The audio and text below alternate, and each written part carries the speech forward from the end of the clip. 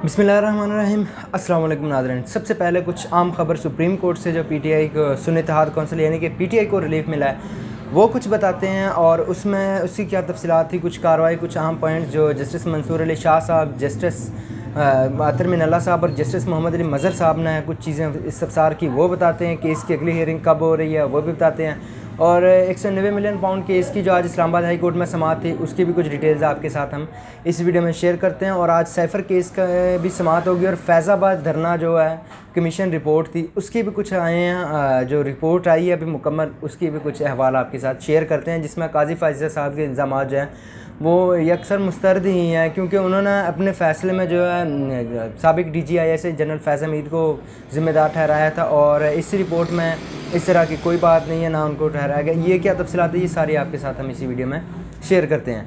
नाज़रीन, सबसे पहले जो मखसूस नशिस्तों का वाला मामला था, जो पेशावर हाई कोर्ट से पीटीआई को सुन्नी इत्तेहाद कौंसिल यानी कि पीटीआई को रिलीफ ना मिला तो फिर वो दरख्वास्त लेके आ गए सुप्रीम कोर्ट में ग़ालिबन 1 अप्रैल को दरख्वास्त दायर हुई है और जो मुकर्रर हुई और आज उस केस की हियरिंग थी। 3 रुकनी बेंच जस्टिस मंसूर अली शाह साहब पर मुश्तमिल जो है इस केस की समाअत कर रहा था, जिसमें जस्टिस अतर मिनल्ला साहब और जस्टिस मोहम्मद अली मज़हर साहब भी इस केस का हिस्सा थे और वो इस बेंच में जो है समाअत कर रहे थे। जस्टिस अतर मिनल्ला साहब ने इस्तफसार किया कि अगर कोई पार्टी किसी वजह से उनके पास इंतखाबी निशान नहीं है तो क्या वो कानूनी तौर पर सियासी पार्टी नहीं रही हैं, कानूनी तौर पर नहीं है। और उन्होंने मज़ीद इस्तफसार कहा कि अपने रिमार्क्स ये कि पहली बार ऐसा हुआ है कि किसी बड़ी जमात को जो है वो इंतखाबी निशान से महरूम कर दिया गया। ये बड़े रिमार्क्स थे जस्टिस अतर मिनल्ला साहब की तरफ से। और ज़ाहिर सी बात है कि आईनी तरमीम हो रही थी, वो क्या तरमीम थी वो भी उसकी भी बताते हैं कुछ डिटेल्स आगे।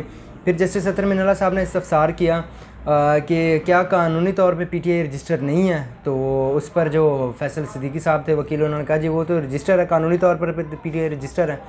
हालांकि इसी चीज़ पर सलमान अकरम राजा साहब ने दरख्वास्त दी कि हमारा इंतखाबी निशान लिया गया है लेकिन कानूनी तौर पर हम एक पार्टी हैं तो लिहाजा हमें इंतखाबी निशान अलाट किया जाए।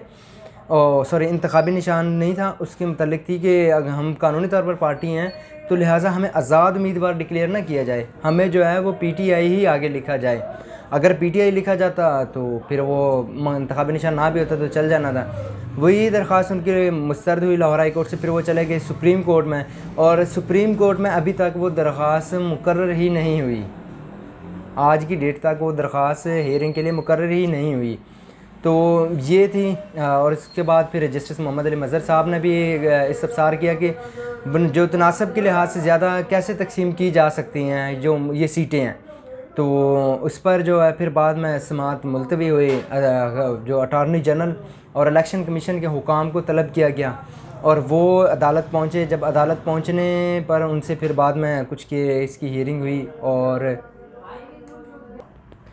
उनसे इस्तफसार किया गया। जस्टिस मंसूर अली शाह साहब ने भी पूछा कि तनासब से ज़्यादा कैसे सीटें तकसीम की जा सकती हैं, तो इसमें तो अगर कानून में है कुछ, अगर है तो कुछ लाएं, अगर नहीं है तो फिर तो ये आइन के ख़िलाफ़ होगा ना ये काम। और जस्टिस अतर मिनल्ला साहब ने रिमार्क्स दिए कि इलेक्शन कमीशन आज खुद नोटिस ले के ये सीटें जो 23 सीटें हैं ग़ालिबन रिज़र्व सीट जो मखसूस हैं वो दे दी और कानून के उसमें कानूनी चीज़ कोई चीज़ नहीं थी। तो इस वजह से आज जस्टिस मंसूर अली शाह साहब ने कहा कि हम इस केस को रोज़ाना की बुनियाद पर सुनेंगे और सुनकर इस केस का हम फ़ैसला करेंगे। केस की मज़ीद समाअत जो है वो 3 जून तक मुलतवी कर दी गई है और 3 जून के बाद इस केस और ये मामला अटार्नी जनरल की इस्तदा पर जो है ये मामला सुप्रीम कोर्ट की जजेस कमेटी को भिजवा दिया गया है लार्जर बेंच की तश्कील के लिए। अब वो कमेटी देखेगी कि 3 जून को ये लार्जर बेंच इस केस को सुनेगा, यही 3 रुकनी बेंच सुनेगा इस केस को। तो ये थी अभी तक वहाँ से अपडेट सुप्रीम कोर्ट से। और अभी तक जो है सुप्रीम कोर्ट ने जो मखसूस नशिस्तें दूसरी जमातों को दी गई हैं उस हद तक फ़ैसला मुअत्तल किया गया है और जो कानूनी तरमीम या जो कुछ हो चुका है लेजिस्लेशन माजी में इन सीटों से उस पर कोई असर नहीं पड़ेगा। जो आने वाला होगा प्रोसीजर उस पर इस चीज़ से रोक दिया गया है और जो अरकान मखसूस नशिस्तों पर हैं उनको भी नोटिस कर दिया गया है सुप्रीम कोर्ट की तरफ से। तो बज़ाहिर अभी तक काजी फ़ायज़ साहब की अदालत से जो पीटीआई को ज़ाहिर सी बात है ये बड़ा रिलीफ मिला है, क्योंकि अगर मखसूस नशिस्तें ना मिलती इनको तो फिर जो हुकूमत के पास 224 का अदद पूरा था और उस वजह से वो हुकूमत जो है जो मखलूत हुकूमत है वो आइनी तरमीम कर सकती थी जो भी। और ज़ाहिर सी बात है पीटीआई एक इल्ज़ाम लगा रही थी कि जो मौजूदा हुकूमत है वो काजी फैसल साहब को एक्सटेंशन देना चाहती है और उनको एक्सटेंशन देनी है उन्होंने। तो इस वजह से पीटीआई ने जो अपनी हिकमत अमली भी बना ली थी कि हम इसको सड़कों पर भी निकलेंगे, हर जगह इस चीज़ के ख़िलाफ़ हम रुकावट खड़ी करेंगे अगर जो ये कानूनी एक्सटेंशन जो काजी फैसल साहब को एक्सटेंशन दी गई। तो ये थी सुप्रीम कोर्ट से अभी तक अपडेट्स। काजी फैसल साहब का जो धरना, जो फैज़ाबाद धरना केस है, उस केस की भी आज हेयरिंग है।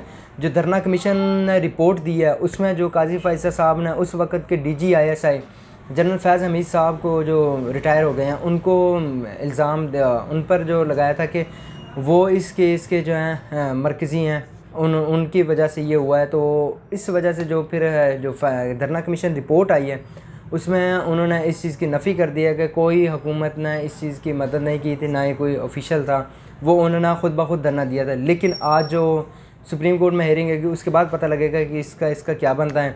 और 190 मिलियन पाउंड केस में इस्लामाबाद हाई कोर्ट में इमरान खान की ज़मानत का केस था। चीफ जस्टिस आमिर फ़ारूक साहब और जस्टिस तारिक महमूद जहांगीरी साहब पर मुश्तमिल 2 रुकनी बेंच ने केस की समाअत करनी थी, लेकिन वो काज लिस्ट मनसूख हो गई है। अब जो आइंदा हेयरिंग होगी उसकी कोई खबर नहीं है। अभी जो आएगी लिस्ट फिर उसके मुताबिक बताया जाएगा। बैकग्राउंड की आवाज़ को इग्नोर कीजिएगा क्योंकि इस वक्त सिटी में मौजूद होने की वजह से शोर आ रहा था, इसलिए इसके लिए माजरत। अभी के लिए इतना ही। जो साइफ़र केस है उसकी हियरिंग जो होगी उसकी भी मज़ीद तफसीलात जो हम आपके साथ अगली वीडियो में शेयरिंग करेंगे। अभी के लिए इतना ही, हमें इजाज़त दीजिएगा। अल्लाह हाफ़िज़।